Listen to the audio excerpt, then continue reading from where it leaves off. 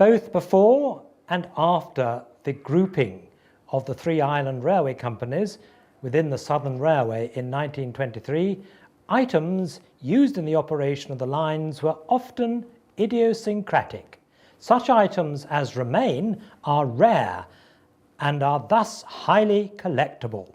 Over 50 or so years, a number of artifacts have been assembled, and the following are a sample of those on display in the Small Artifacts Museum adjoining the Haven Street shop.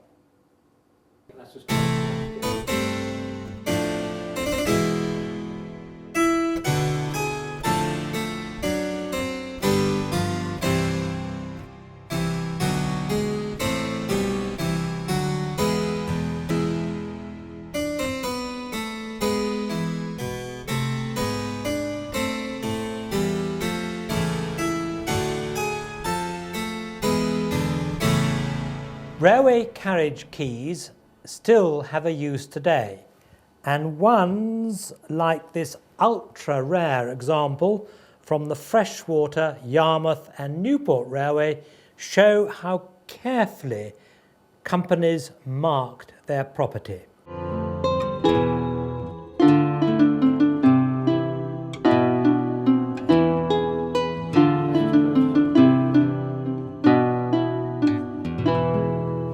In World War I, railwaymen were in an exempt occupation for military service. However, they found themselves victims of persons who handed out white feathers to men of military age who were not in uniform. Hence, enamel badges and supporting papers such as these items were issued to them.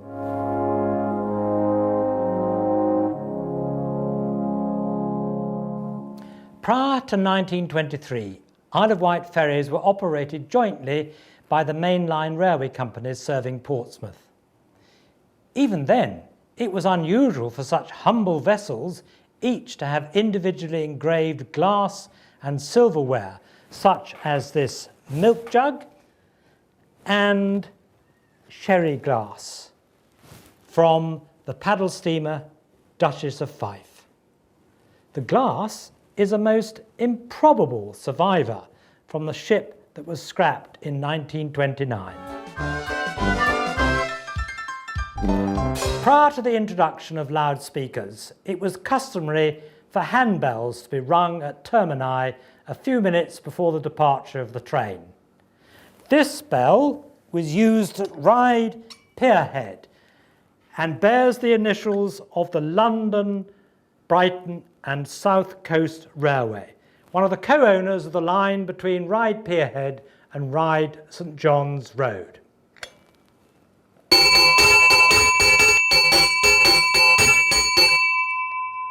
Supplied to Ventnor Station by a local clockmaker, W.L. Hoskin, between 1866 and 1972, this large timepiece has a plain case reflecting its outside location under the platform awning.